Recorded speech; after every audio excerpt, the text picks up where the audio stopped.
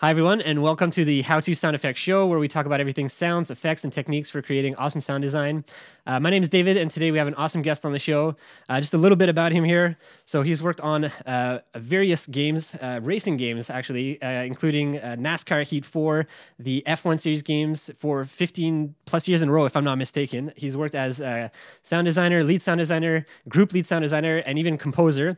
He's also worked on various other racing games, including Grid Auto Sports, Dirt 2, and Dirt Rally. So really a veteran in the field of game audio with 25 plus years experience. So welcome to the show, Mark Knight. Hello, thank you for having me. Awesome. Well, thanks for coming on the show. Yeah, it's great to have you here. I've kind of mentioned before with you, the whole reason I'm doing this is because I really want to help other sound designers basically get better at their craft and hopefully share your experience, your knowledge, and then benefits everyone. So thank you so much for giving of your time to do this for us. No problem at all. I'm secretly trying to mute my phone. I forgot to mute my phone. I didn't want to look so unprofessional to do it in front of you, but there we go. No worries. Perfect. So before we get started, if you wouldn't mind, just to give us kind of a background, an idea of where you came from, basically like your education background, and basically how you got to where you are today with all this experience under your belt. So where did you go to school for this? How did you get into this industry to begin with?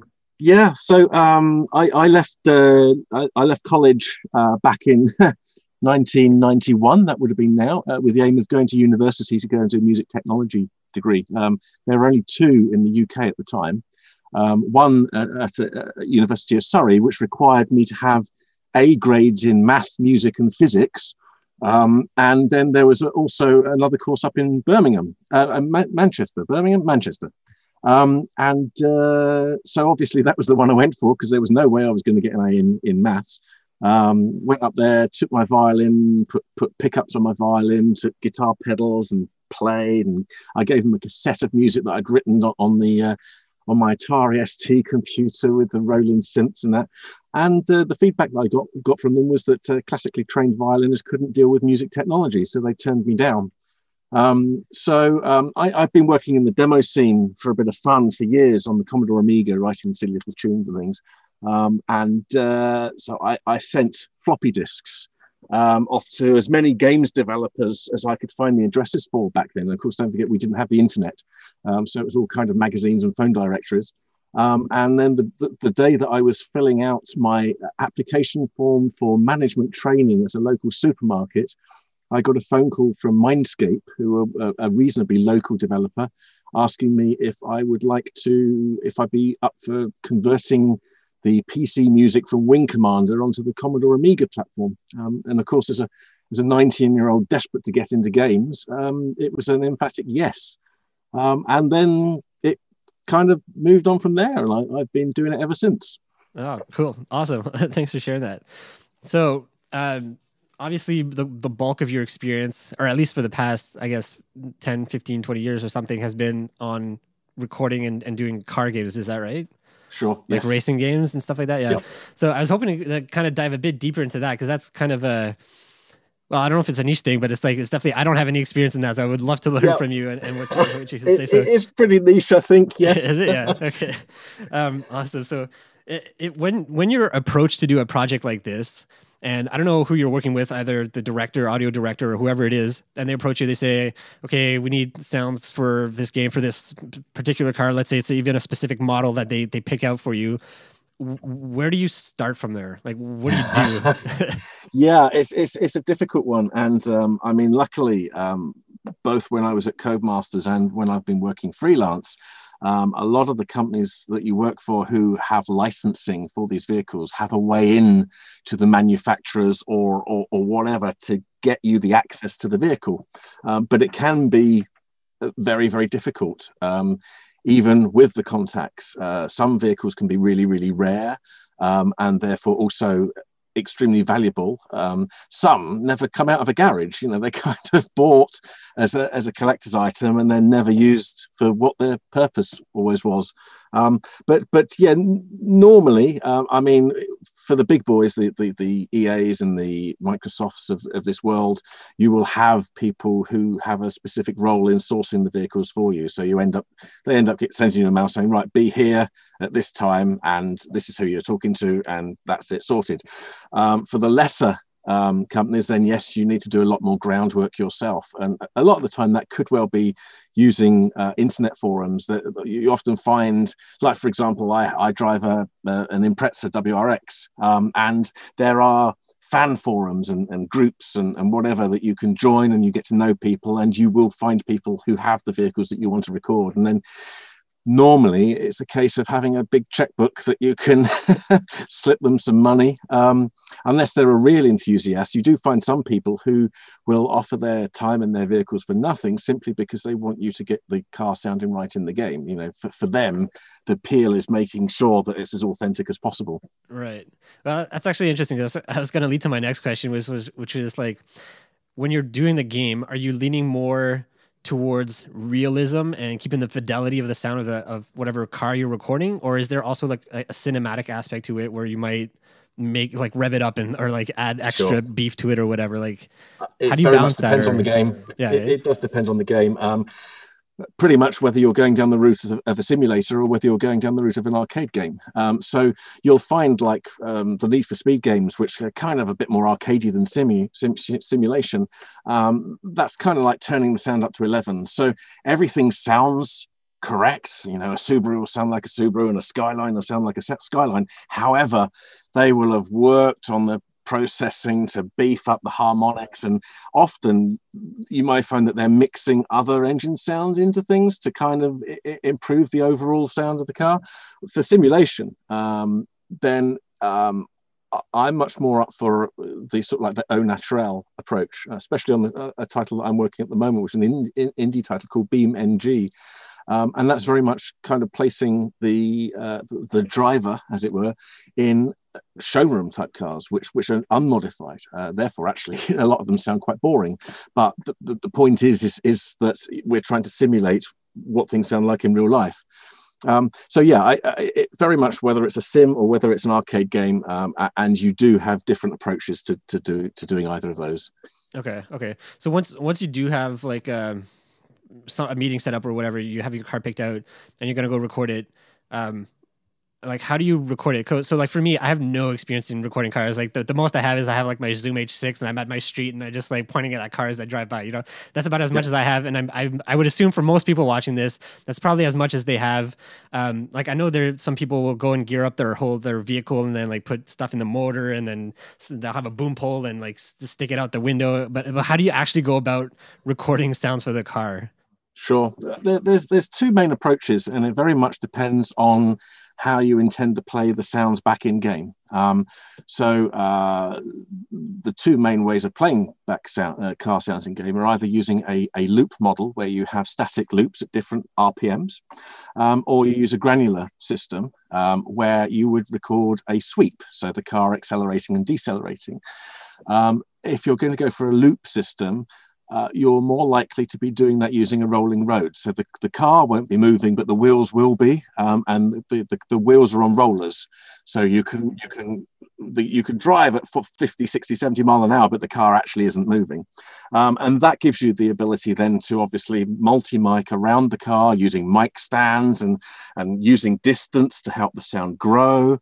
But you do have to combat the sound of the rollers, which tend to be quite noisy. And also, if you are using turbocharged vehicles, especially, then they tend to heat up quite quickly. So there's an element of fan noise involved as well. So if you go for a granular approach and you're recording what we call a sweep, which would be starting the car off in idle. So it's basically just moving at maybe 800 RPM, and then pretty much throttling it all the way up to the red line, which, you know, depending on the vehicle, could be 6,000 RPM. It could be 9,000 RPM. If you're doing that, obviously you can't use mic stands. You can't have microphones that are a couple of meters away. So then you're close miking. So there tends to be a lot of suction mounts and a lot of gaffer tape used, miking around the exhaust pipe. And as you kind of said, you know, inside the engine bay as well. And again, the sort of equipment that you might use depend on the vehicle. So The sort of instruments of choice tend to be a lot of the sound devices machines. But also, you know, if you've got a lack of space, then you might need something smaller. So when I've been recording Formula One cars, up until most recently, I've been using a little Zoom machine, an H6 actually, because it's pretty damn compact. But you also have to think when you're recording those sorts of vehicles, sound quality is probably the least important aspect of the recording. The most important things are that you get a recording in the first place. So you need to get a recorder that is going to be it's going to shrug off vibration. Obviously, there's a lot of vibration in things like Formula One cars. There's also a heck of a lot of heat, so vibration and heat are very, very important to sort out. And then also the sheer volume of these machines, maybe not so much the V6 turbos at the moment, but when you're looking at the V8s, the V10s, the V12s of yesteryear, they scream. So you have to do a lot of attenuation on the microphones before the sound gets to the recorder, because otherwise you will just overload the preamps and you'll just get a distorted mess. So there's lots of things to kind of think about before sound quality when it comes to a lot of these different motor vehicles. Awesome. It sounds no, that's great. There's so much to that I've never had to think about, because I've never actually worked on that. So it's really interesting. So what I was thinking about is like, so if you're going to pick gear to record a car, is there like a specific microphone that you would go to in terms of like something that can handle, I guess, basically noise, which I would assume for most people that would probably be the biggest issue, because it's so loud and you don't want to blow your mics. Is there something that that you go to for that? There are quite a few microphones nowadays that can cope with things, but rather than me reel off sort of like 10, 15 different mics, for somebody sort of like breaking into it, if it comes to loud sounds with not a lot of space, then you may first look at the DPA mics, so the 4062s, which were originally designed by the BBC to record Formula One for the Formula One TV program years and years ago, and they commissioned DPA to make the microphone, and then DPA decided that they would make a commercial product. So the 4062s are very small. The actual head capsule is at a guess around about 1 centimeter, and it doesn't weigh anything, so you can put it into lots of tiny little nooks and crannies that you may not be able to stick an SM58 into, and they also take a very, very high SPL. Again, the 4011 DPA microphone takes a very, very high SPL, but you tend to have a mixture. So for example, if I've got the space to secure microphones around a vehicle, like the exhaust pipe, I even use SM57s, 58s. You know, it depends very much on the vehicle. It depends where you can place the mics, and a lot of trial and error, to be honest with you. But yeah, if you said to me, I need to buy one microphone now that's likely to do the job, then it would probably, I'd say, get a 4011 or a 4062, depending on the size. All right. Okay. Cool. Okay, why don't we kind of switch gears, or like connect the two here? So you do the recording session. Yeah. No pun intended there, but yeah, you do the recording session.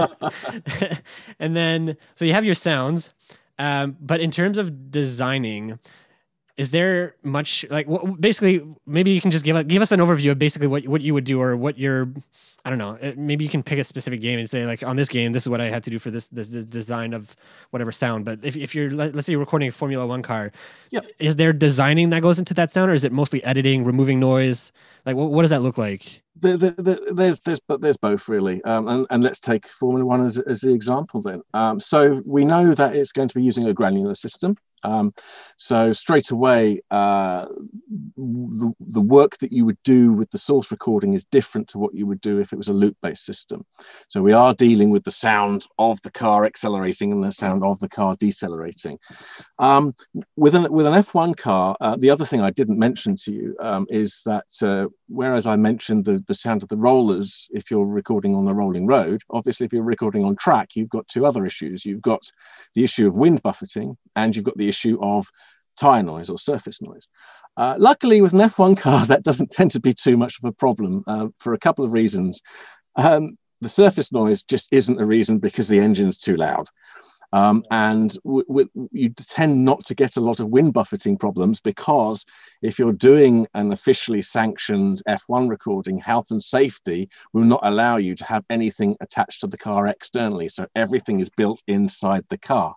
So obviously then, because obviously an F1 car is streamlined to cut through air as good as it possibly can, you're not getting much air getting into the vehicle apart from where the designers want it to go through, which is through the radiator system. So you don't get a lot of wind issues.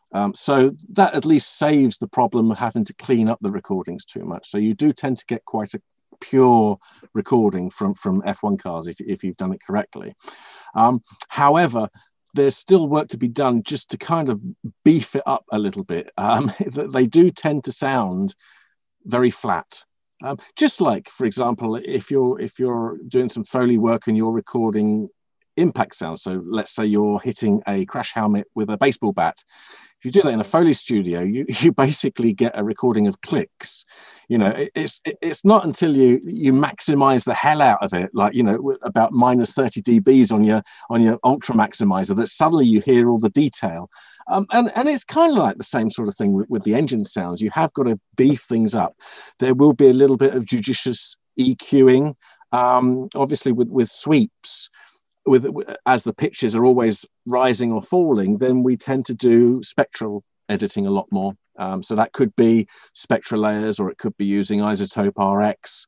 And you're trying to bring out those harmonics just so that they kind of are a little bit more in your face. I've also looked at separating the tonal elements from the noise elements of the recording, so that I've got the control over either. And especially if you're working on a project where, let's say you're working on an F1 type game and you get the opportunity to record one engine, but you've then got 10 or 15 vehicles that you need to provide the sound for, then being able to do things like separate the harmonics and separate the noise and process the harmonics in some way, whether that's using a little bit of distortion or increasing the gain of certain harmonics, that thing allows you to design the sounds of the other vehicles that you haven't been able to record. And yes, so obviously we're also probably going to be reducing the dynamic range, because if we had real world dynamic range with Formula One cars, you'd need a PA system and you'd need to turn it right up and then have the sample really, really quiet to start off with. So obviously we're kind of squashing things. I choose to squash things a bit more with the source samples and then use volume curves within, you know, whatever tool I'm using, be it WWise or Fmod, to then kind of control it externally, as it were. And then you've got to look at things like how the engine might wobble when you change gear. Not so much for an F1 car, but certainly with some of the sort of like the super cars and that, you get these little gearbox wobbles and with the pitch, and there's all these little niche things that you then try and do to increase the realism. With F1 cars, I'd say the most important thing then is on the decelerations and getting the overrun, which is the sort of like the exhaust popping that you tend to get out the exhaust, getting that right with gear changes and that sort of thing, which again, that's one of the things that certainly the official F1 game still hasn't got right, unfortunately. But you know, things like R factor and that they've got a much more I'd say accurate way of doing that sort of thing. So there's all these little nuances that you have to add to it then to kind of create the full picture. That's great. That's good. I wrote down so many notes because there's so many things I'm interested about. So okay, I'll just pick one here and maybe we can talk a bit more about it. So you talked about splitting the harmonic material from like the noise. So that's something I've never really done before, but do you have like a technique or a way that you do that? Or do you just use RX and then I don't know if you manually pick out whatever frequencies you see, or how do you go about doing that? That's pretty much it. Yeah. I mean, certainly with engine sounds, it's a lot easier because the harmonics are all kind of increasing together or decreasing together. So then spectral layers, I haven't played with the most recent version of it, but spectral layers allows you to select multiple harmonics at the same time, and you can literally just draw them out into a different layer, which you can then mix back in at different volumes. So it does make the process quite easy. Okay, cool. Yeah, that makes sense. So, okay, so another thing I had written down here is for the granular, I guess you're putting the sounds basically in a granular engine. Is that right? Yes. Like for like the engine sound, I'm guessing it's just the engine sound, right? Like you wouldn't put like other stuff in there, would you? Certainly, I haven't used Granular for surface sounds. I remember when I was back at EA and they were doing a skateboarding game. They were doing the pavement sounds as a granular system. But no, for me, it's mainly been the engine sounds. And one thing I should also point out, which is relevant for games like F1. Granular sounds great when the car is always accelerating or decelerating quite quickly, or at least it's accelerating and decelerating quicker than the recording that you made of it accelerating or decelerating. It's an interesting point. Like I say, anybody who's using Granular for engines, they will find a point where the car is accelerating so slowly that the Granular system sounds horrific. Yeah, which makes sense. Way to make the there's no way to make that sound better. So you've got to think about, swapping to a different playback, different way of playing things back. Yeah, cool. So basically, so for the granular system, you're really using that to kind of seamlessly rev up, like to accelerate and decelerate the car. Is that right? Yeah, I mean, the thing is, if you record loops, you're missing a lot of detail from the recordings. A lot of vehicles have these little annoyances that come in and out all the way up the rev range. And then if you look at things like a VTEC engine, the Honda system, or indeed some of the Ferraris with the butterfly valves on the exhaust pipes, at a certain RPM, the sound completely changes because they're doing things with the exhaust pipe. And you will miss that with a rev-based system. With a rev-based system, you'll be cross-fading stuff in, and these things will just be very, very lackluster. Whereas if you've got rev bands, you could have this recording of the car going wah, and you'll get that exact point where the valves have opened and the engine starts breathing properly. So it is a lot more realistic way of playing back things for sure. Okay, makes sense. Cool. So another thing that I had written down here, you talked about like beefing up the sounds because you can't always, like you said, like when you're recording, it sounds kind of flat. So you mentioned one way. You said you used I think it was Ultra Maximizer. Do you have other? Do you have other ways? Yeah, I mean that was Ultra Maximizer is a bit corny, but certainly I'd say I tend to use some analog preamp emulations. So, for example, it might be the Red 17 preamp from Waves. I like using that a lot just to add some kind of very natural distortion, especially in the bottom end of the RPM where things can sound a bit flat. So I use that a lot. I use Isotope Trash a lot because of the multi-band distortion again. Again, very, very subtle, but it's just trying to kind of warm things up again. You've got to find other ways to compensate for the fact that your speakers are not going to play this stuff back at this proper volume. So by enhancing it, using subtle harmonic distortions and that sort of thing, just to warm up the sound can really, really help, especially if you're then playing things back through those awful Logitech speakers or whatever, but very much trial and error. What works for me might be completely wrong for somebody else. And obviously, you can't go out and buy every single plugin that there is just to try things out. But certainly, I do like turning preamps up too much to get some of that kind of like, I know it's fake, but analog warmth. Back in the old days. Companies like EA and that where I used to work, there was a particular solid state recorder called a FR2 by Fostex, and they had very, very good sounding preamps that sounded good when they were overloaded. And at one point, I think EA were buying up as many of these discontinued FR2s as they could just for the preamps, and then kind of bastardizing them into their sound devices and whatever, but just because the preamps worked better for car recordings. Right. Makes sense. Cool. So we talked about like the plugins, and you also mentioned before too that sometimes you just need to layer other engine sounds or other sounds with it. Yes. So do you have a process for doing that, or is there like certain sounds that you go to, or is it just like you have one engine sound, you put another one on top, and it works? Like, how do you go about that? To be really honest with you, I've not done that since I was working back at Codemasters, because Codemasters had the technology to be able to do that, which I don't have anymore.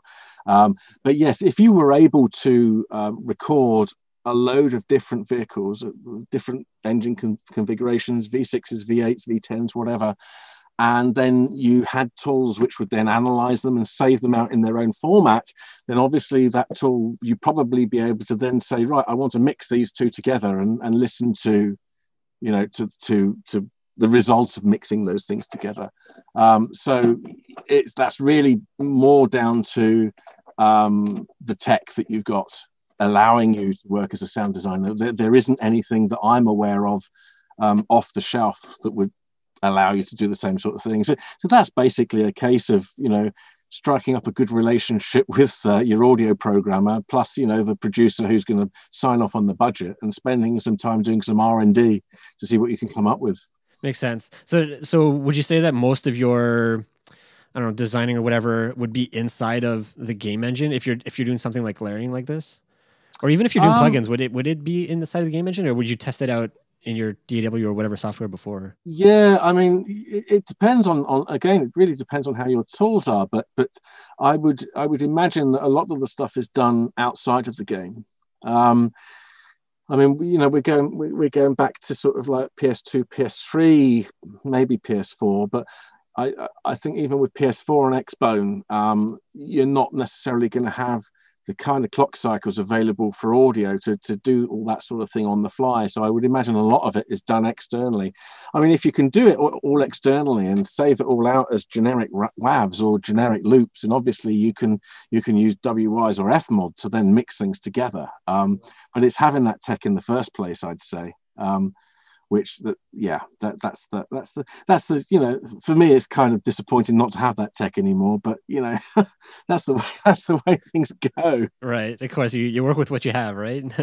Exactly. You know, at the moment I'm working with a company and we're not recording at all, you know, because up until recently there's not necessarily been the budget to do that sort of thing. But then we're looking at, okay, you know, to the future, how can we get some budget? But we're actually starting to think about moving away from using recordings and maybe starting to get more into procedural audio for this stuff, just because of the nature of the game, you know. Oh, interesting. Cool. So, well, kind of getting into the same direction then, what does maybe implementing look like? So I've personally, like, I've never worked on a game where I've had to implement the audio myself. So like, yep. I've taken courses, so I know like kind of like how it works and whatever you have to do. But from your experience, actually having worked on a game, what does that process look like? Maybe you can give us like a big overview, and maybe we can dive in and pick out a few things. Yeah. Okay. Well, let's take a sort of like a car model from BeamMG, which is the project that I'm working on at the moment. So for that project we're using Fmod. And there were two reasons for using Fmod. One of which is that whilst I know a bit more about Ys than I used to, I still know a lot more Fmod than I do Ys, because I've been doing simulator work for a number of motorsports teams, and we've all been using Fmod for that. Fmod makes it very, very easy to implement a rev band system. So if you've got X number of cars and you've got all these rev bands, it's very, very quick and easy to implement these into Fmod, because Fmod pretty much, you tell it what RPM each of the recordings is at, and it does all the crossfading and pitch changing and whatever for you. We work a little bit differently in our game, that we deal with engine configurations rather than makes of car. So we know that a Ford Fiesta, a Ford Escort, it uses an inline 4-cylinder engine. Whereas if we were, you know, an Audi Quattro or something like that, would be an inline 5, et cetera, et cetera, et cetera. So obviously, the way that we work is that we have separate recordings of the engine to the exhaust. So obviously for most cars, we place the engine at the front and the exhaust at the back. But we also take into account that with our game, you can take the exhaust pipe off, or you can change the exhaust. So we have two different sets of recordings. We have what we call an unmuffled version of the engine, which is an approximation of what it would sound like if it didn't have an exhaust pipe at all. So it's very, very loud. It's very, very raspy, and it's quite nasty sounding.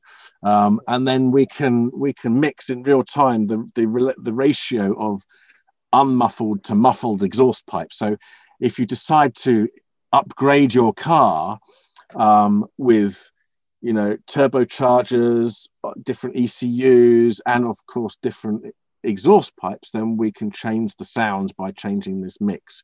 And we also have real-time EQ running on the exhaust as well, so we could make the sound more bassy or whatnot just by changing a value in a kind of like an XML type file.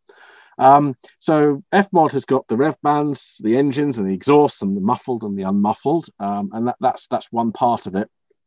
Then you've got the transmission, which I've done a number of car recordings recently where they've had quite loud transmission whines from the gearbox.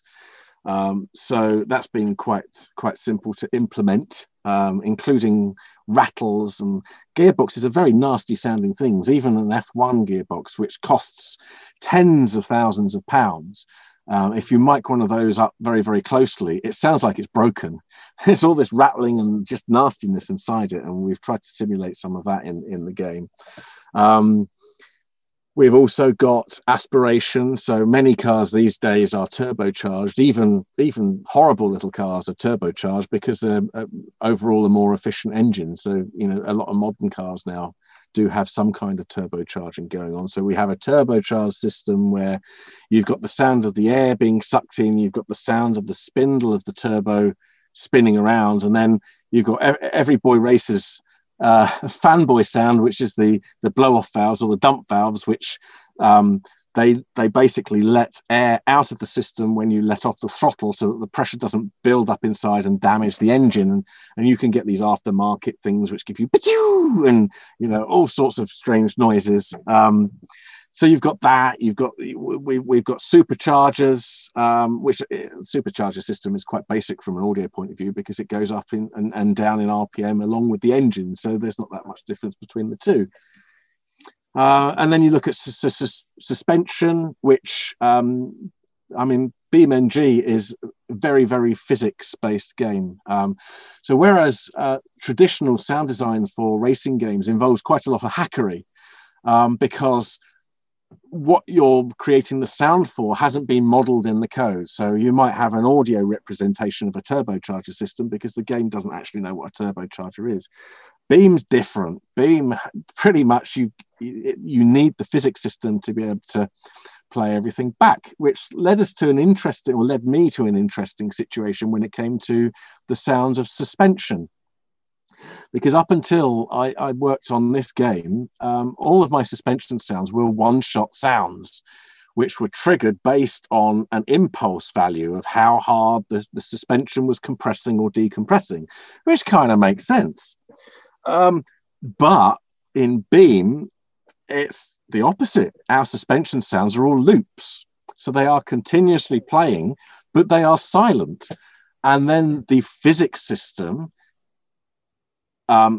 builds the envelope of the suspension in real time based on the compression and the expansion of the suspension. So you've got a silent loop playing, which then, depending on the severity of the impulse and the speed of the compression, that then builds the envelope of the suspension in real time, which now makes perfect sense. But when they first told me 2 years ago that's what they were doing, I was going, "What are you thinking of? This is ridiculous," But no, it makes complete sense. I mean, there's a lot to this game, which, to be honest, as a sound designer, and as you said, I've done quite a few car games in my career, and it's basically rewriting all the rules of what I've learned doing car games over the last changing the way years. you implement your sounds. But that's great because it keeps it fresh for an old guy like me, There you go. That's great. So for that's really cool. I wrote two things down here, which I guess maybe are a bit more practical or maybe a bit more newer questions for someone like me who's never done this. Was one of them, how do I stop him from talking? No, it wasn't. I loved how you explained everything. It was great. Yeah, thanks so much for explaining everything. I love all the information you're giving. So, but one of the things I was thinking about, like for me who's never done a game, and I'm thinking, okay, well, you have your engine sound, which sure makes sense, and then you're going to attach that to the engine in the game. But like, what about all the other sounds? Like, are you in terms of position? What like are you putting them all in the same place? Are you like right? Okay, yeah. Sorry.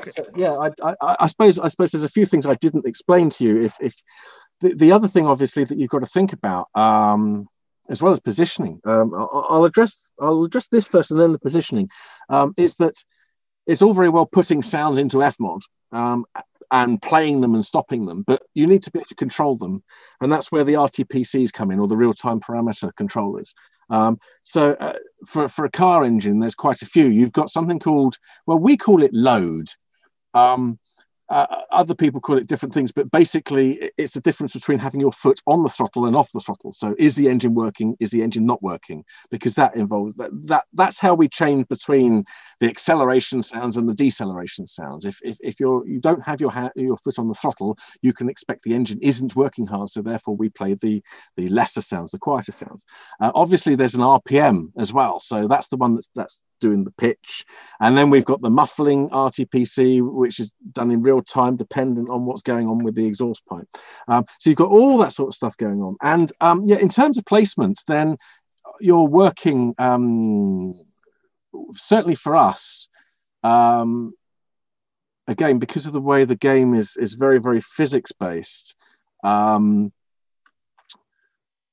we have these emitters that are on specific parts of the car, which the player can modify. This is the whole thing about the game, is that the player can modify the game completely. They can change the cars, they can do whatever they like. In fact, I've just seen a video from one of my colleagues now showing the game running at 60 frames per second, and they've changed the car into a jet fighter. And that's a mod. That's a mod that I think you can download from our website. You know, somebody has created a jet fighter. Somebody else, I think, created an aircraft carrier. So obviously, when they modify these engines, we have like on what we is an engine emitter. And wherever the modder or the player chooses to place the engine, then obviously the emitter follows that. The same with the turbocharger. The turbocharger has to have a spindle, so that automatically has a spindle emitter. Same for the blow-off valve. Same with the exhaust pipe. So we know at the tip of the exhaust has an emitter, and that is always where the sound of the exhaust will come from. Does that answer your question? Yeah, because it's like each of these individual aspects or parts of the motor, of the sound, they each have their own emitters. They each have their own position, basically, where the sound's going to come from. Yeah. Right? I mean, it's the same for any game, really. You know, if you're working with characters, then obviously, you know, back in the old days, your character would be the emitter. So for Footsteps, it would be your character. I imagine these days in, you know, PS4, PS5, that the emitter are on the feet. Because obviously there's a lot more being done now about placing sound in terms of height and that sort of thing. So you're going to find that the granularity of where the actual events or the emitters are placed is much more specific now than it used to be to kind of help with the whole height thing that's going on. Yeah, it makes sense.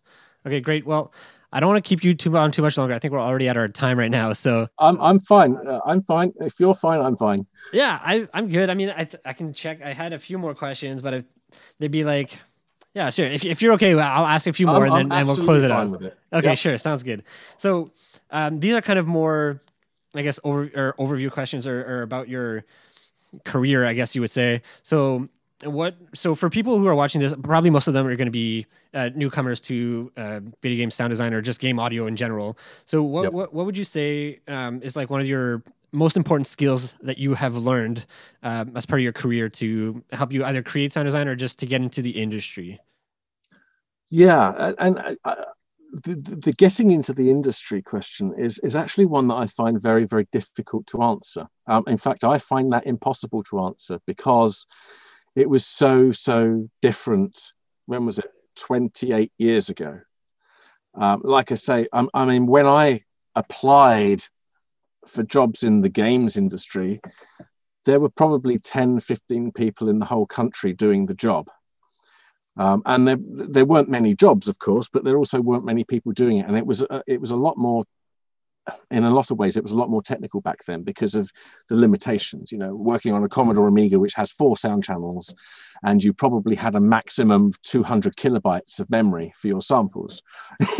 You know, you could use more than that in one footstep nowadays. So I just I attended Game Sound Con as you. That's where we met, where we talked last week, and it was apparent that there were hundreds of people attending that conference who wanted to get into the games industry rather than were in the games industry. And that was quite scary, that a lot of the people that I'd spoken to were not having much luck getting in, as it were. And they were asking me, how'd you get in? And it was really frustrating for me to say, I'm not really sure, because it's so different now. In terms of qualities, again, different to what they used to be. I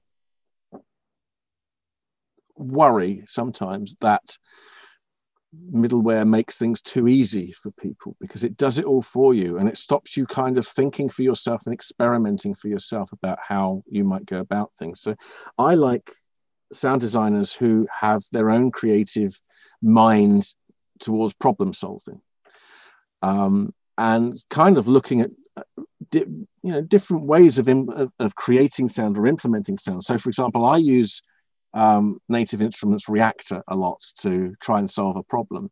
I don't use Max because I don't know how to use Max, but if I did know how to use Max, I would imagine I'd be using Max more than Reactor, to be fair.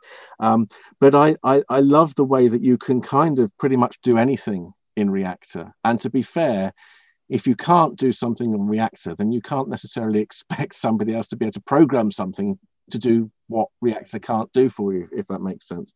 So I like people who think a bit differently and think a bit creatively, rather than, let's say, I said to you, right, I want a layered wind ambience. And then you went out and you recorded, or you got from a sound library or whatever, and you gave me a project, a Wise project or an Epmod project, which had 3 1-minute wind samples in it in stereo. There you go. You're not going to notice it looping because it's a bloody minute long. and I would hate that. I would absolutely hate that.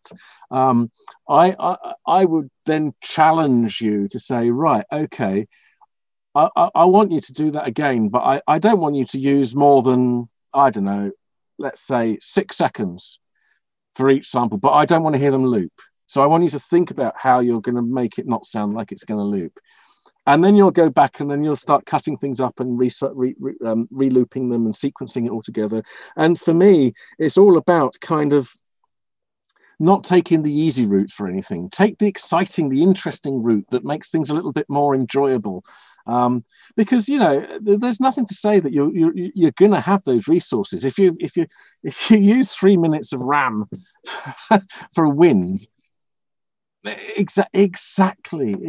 So I like, and I've always been more about kind of how you can get the most out of implementation rather than just saying, right, well, we'll just play it and we'll stop it, So that's something that I would look for. I would say that.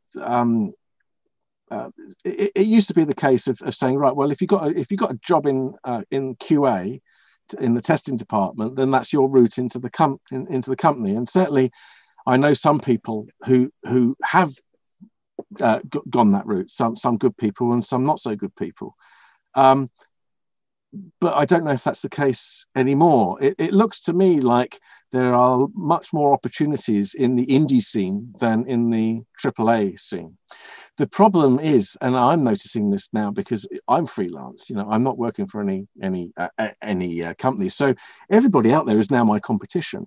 And I've kind of noticed, like with a lot of these indie forums and these Discord channels and that, unless you are constantly staring at the job board 24 hours a day, 7 days a week, by the time you see an advert in there, 40 or 50 people have all gone, oh, I'll do it. And oh, I'll do it for free as well, you know. And it's like, well, how do you compete with that? And I think a lot of it has got to be networking.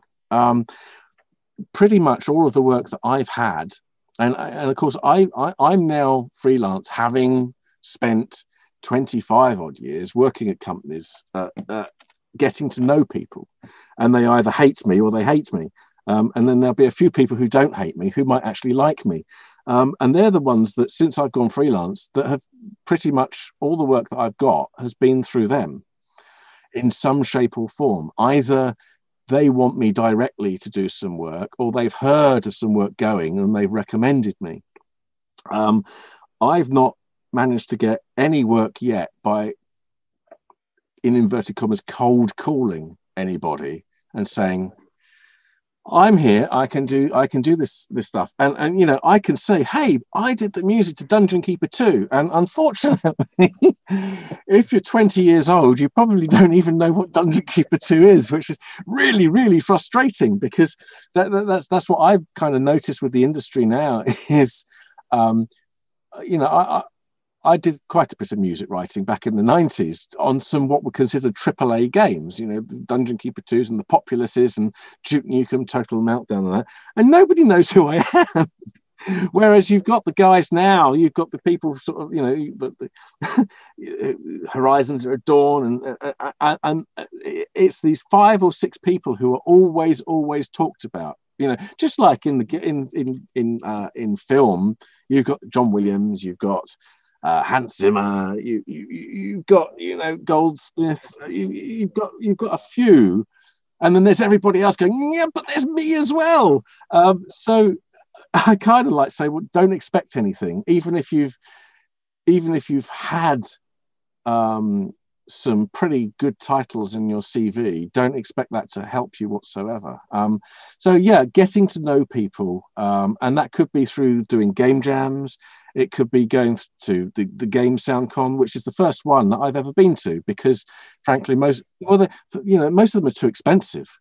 So, you know, all the big ones are in America. So there's flights and there's hotels and all this sort of stuff. And you know, I have little income for that sort of thing. So for me, the virtual thing worked really, really well. Even the VR social side of things, which I was like, well, why can't we just do it on Zoom?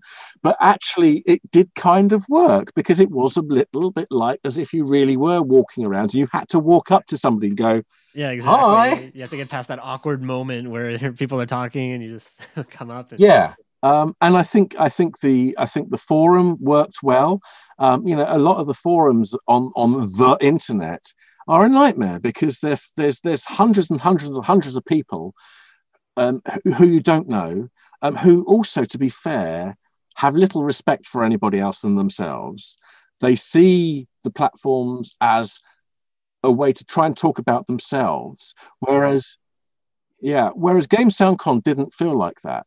There were a few threads where I was going, well, I did this and I did that, but a lot of things it was like we were just talking and getting to know people, and then some people would then send me a message and say, hey, what you said was really, really interesting. Let's talk about that a bit further. And that worked really well. I mean, it's not going to get any work, but I guess that's the way to go about it, because otherwise it's all too saturated. So it's not really advice that I can give, just observations of what I've seen and kind of what's going through my head. You know, I'm taking the opportunity of when I haven't got much work to sit down and just write music for fun of it. You know, I write music, I've always written music, and I get a lot of personal gain out of it. Even if everybody else hates my music, I love my music, and that's really important.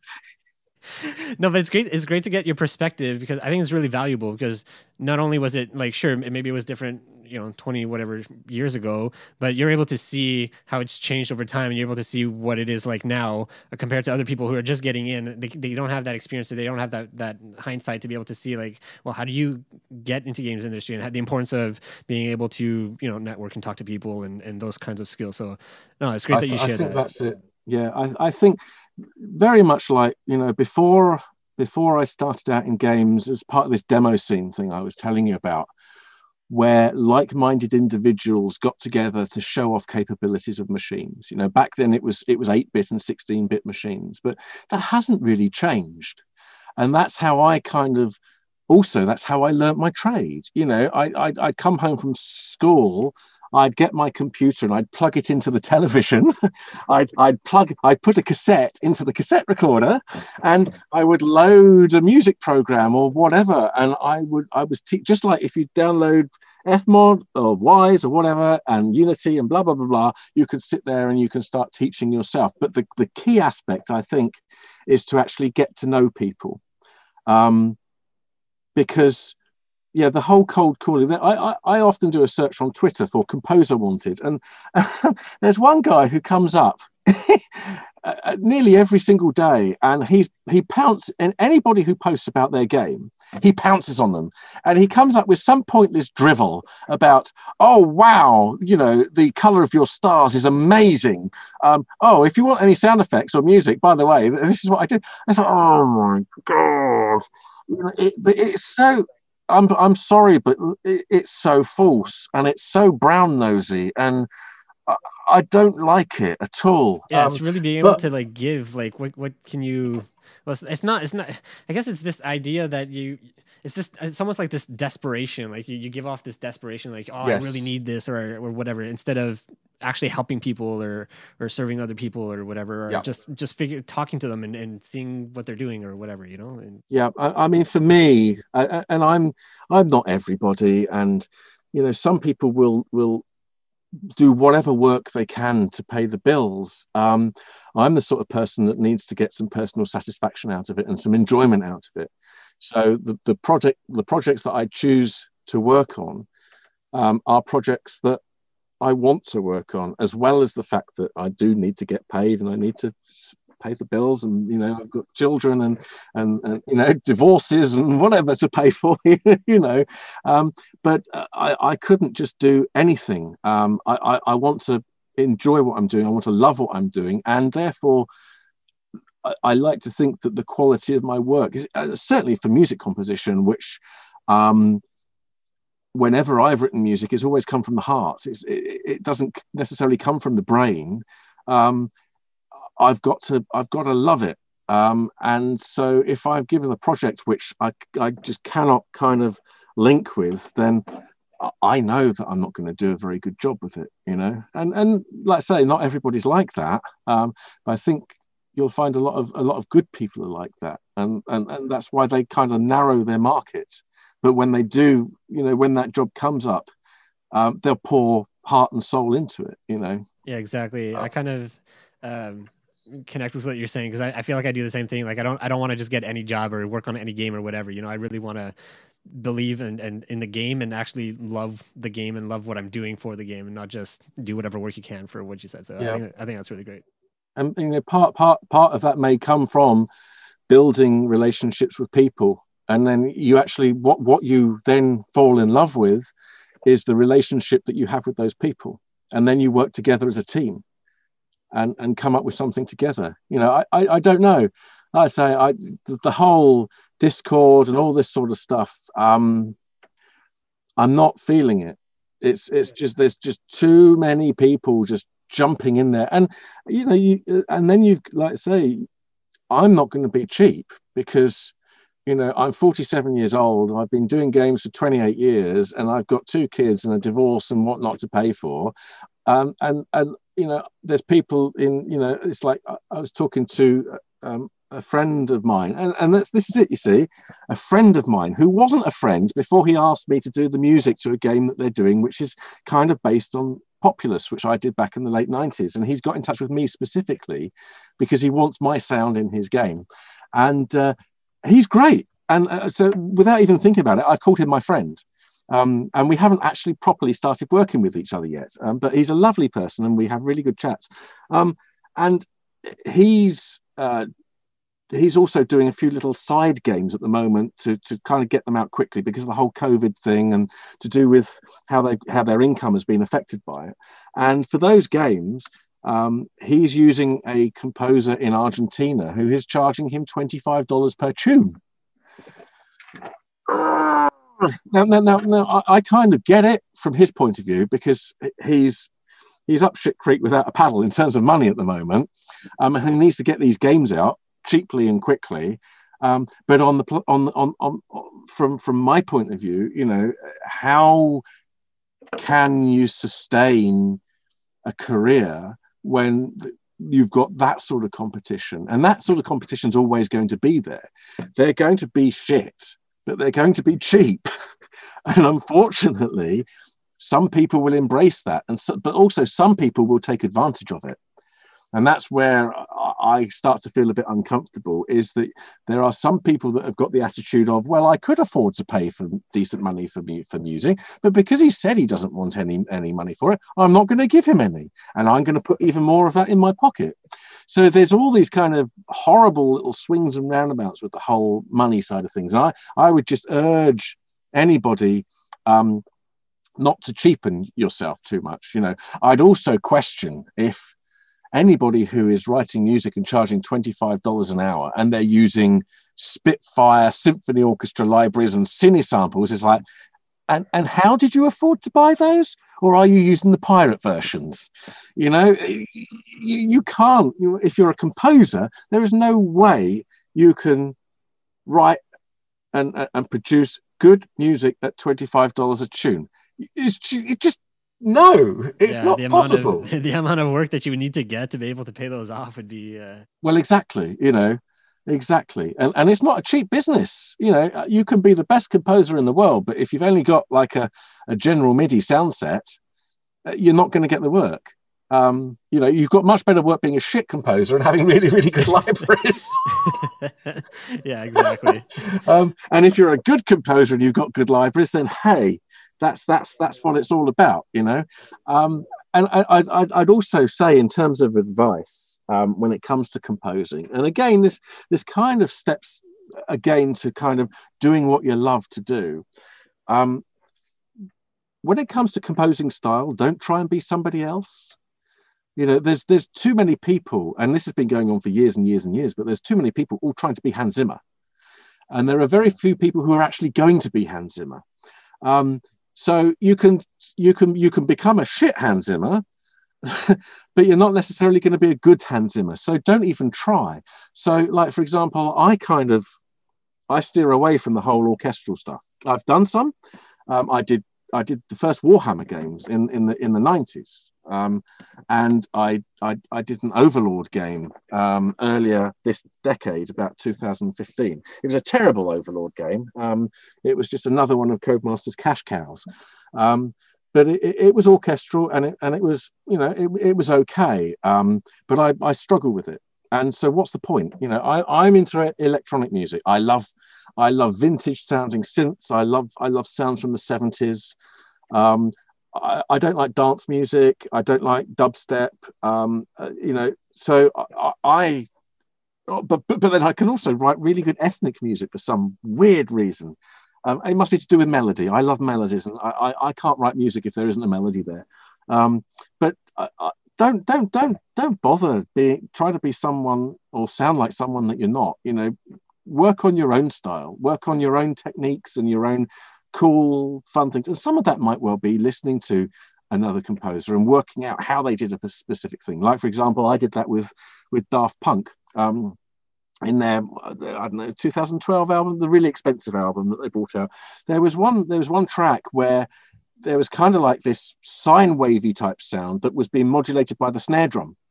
But there was also on a frequency gain, so it was getting louder and louder and higher in pitch. But in terms of the envelope, it was responding to the snare drum.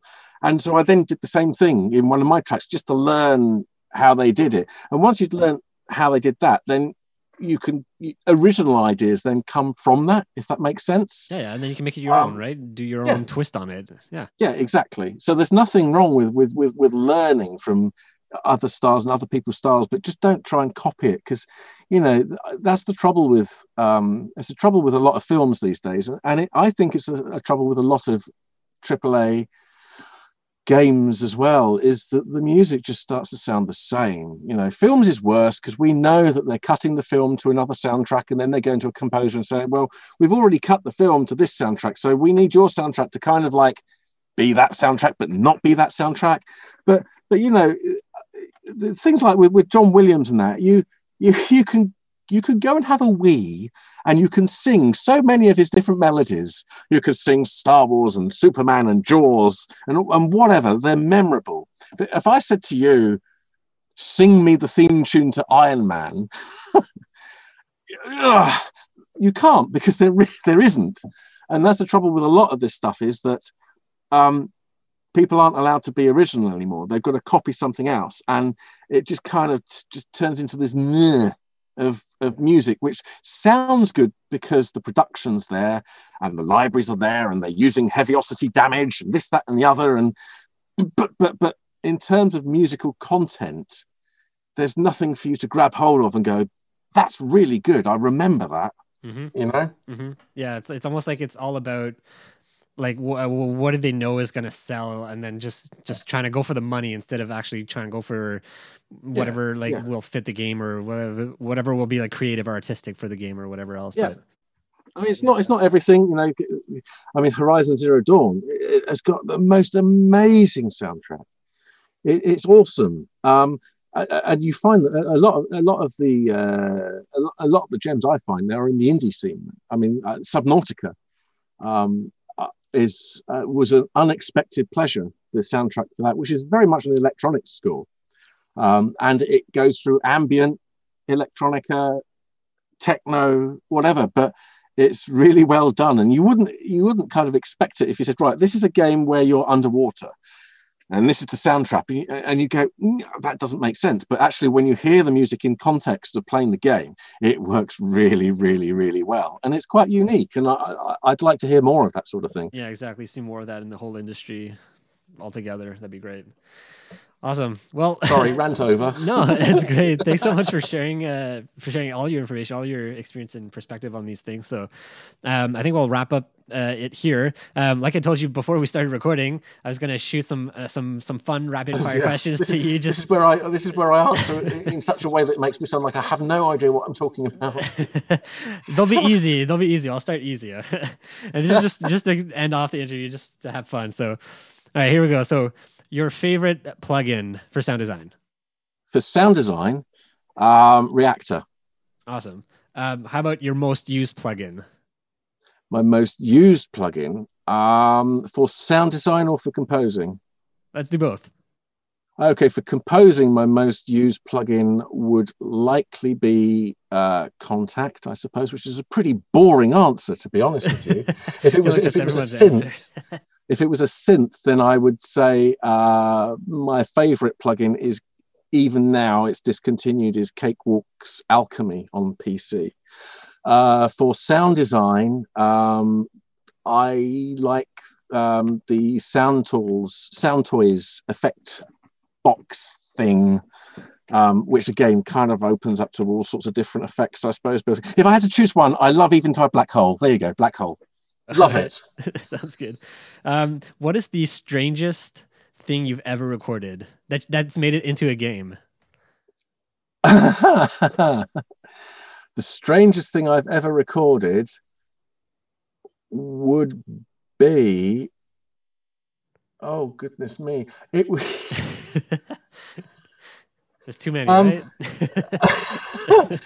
Oh, now it was. Oh goodness me, how do I explain it? It was this thing that we had in the kitchen, which it sucked in and out, and it made this kind of groan, and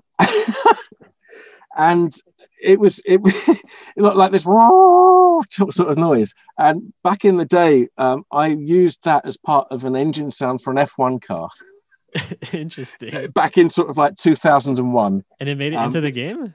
Yeah, we use all sorts of weird sounds in that game because we had one engine sound for every single car, so we had to find different ways to make the sound different. So I'd mix in different sounds. I remember using elephant sounds for one of the teams, and this thing just made this groan, which is like, yeah, I can kind of massage that in, and it was just to help change the engine sound timbrally, if that makes sense. But the trouble is, when you're recording engine sounds, there aren't that many weird things that you go out and do. You know, I know, like for suspension sounds, we've used the sounds of penguins before, but we haven't gone and recorded the penguins. They've been from a library, so that doesn't count.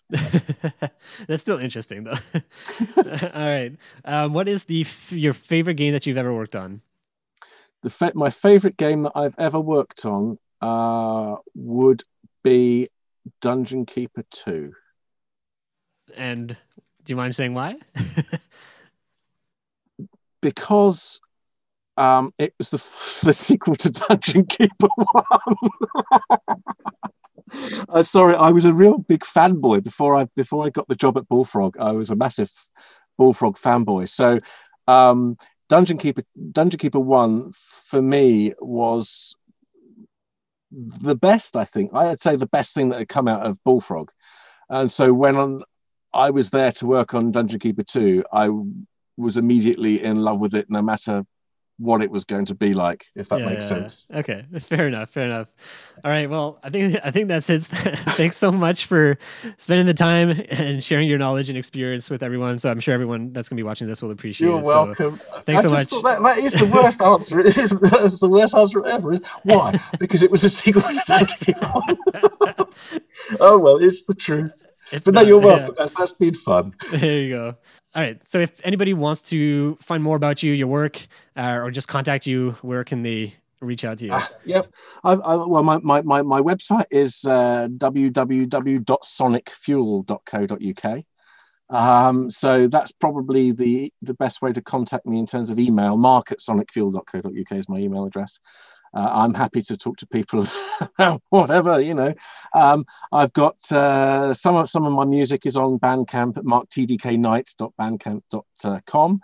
I'm on Twitter, which is TDK_chiptune. The whole TDK thing is that was my demo scene handle, as it was back in the early 90s, and I've kept it. So yeah, Twitter TDK chiptune with the underscore, and yeah, that's probably it. Yeah. Awesome. Perfect. Yeah. I'll put those in the description below the video. So if anybody's interested, they can just head over there and find you there. So awesome. Yeah. Awesome. Well, just buy my music, just buy it. And if you've already bought it, just buy it again, you know.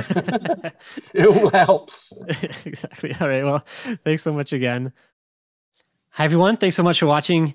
If you guys like that, please leave it a like. And if you guys have any requests for guests that you'd like to have on the show, leave it in the comments below. And that's it for now. I'll see you guys in the next video. Bye.